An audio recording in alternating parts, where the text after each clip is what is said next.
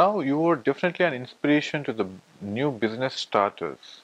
So what kind of tips you want to give for them if they have to, if they want to start a new business? Make your customers into raving fans.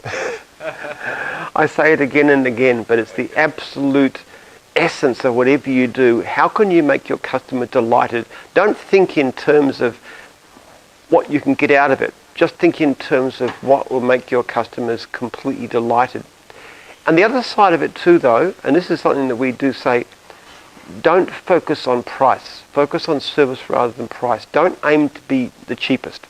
Aim to be the best. Because people want quality service. Doesn't mean to say you can be ridiculous. You can't charge 3 times what somebody else does and be successful.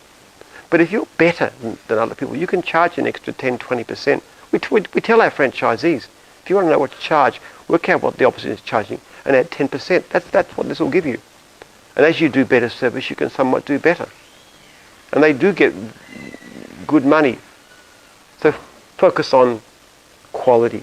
Work out what your customer wants. What's going to make them happy? And if you've got any customer who's not happy, completely happy, first of all, figure out how to satisfy them, and then figure out what you did wrong in the first place. Did you not understand what they wanted, for example? Maybe you should listen more carefully. Maybe you should write down what you're prepared to do for them more meticulously so there wouldn't be that kind of mistake. But you learn from your mistakes all the way along the line. And every time something bad happens to you because you made a mistake, then you learn and you don't do it again. Like when I first started doing rubbish removal, I remember one particular job I was doing, there's a pile of branches and leaves and stuff on the driveway. He said, how much? And they gave a price. Now what I hadn't checked was that underneath the branches there was concrete. So I ended up working, whole the day for about $2 per hour, which even in those days wasn't very good money.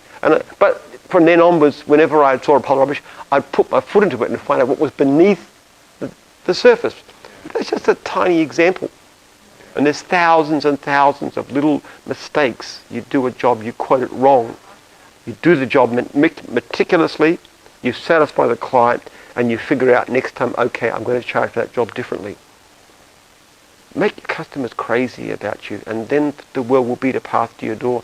There is so much benefit with a happy customer. Happy customer means repeat work. Happy customer means extra work from the same customer. Happy customer means referrals. Reputation is everything.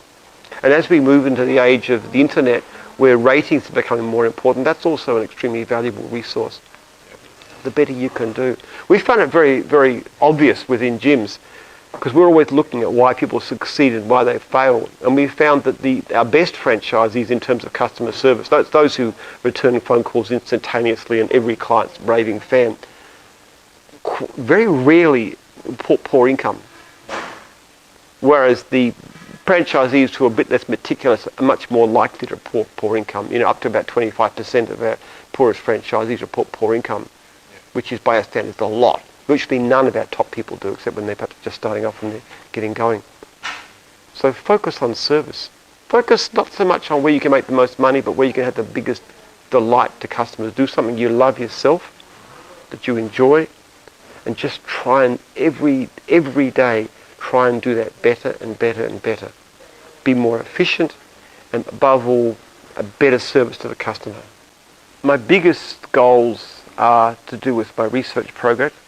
I want to change the world for a better in a fairly big way, and I want to have great kids who grow up to be decent, productive, good human beings, which so far they have. That's my biggest goal. And within business, I want to make things better for people, I suppose. I want to have an impact for the better.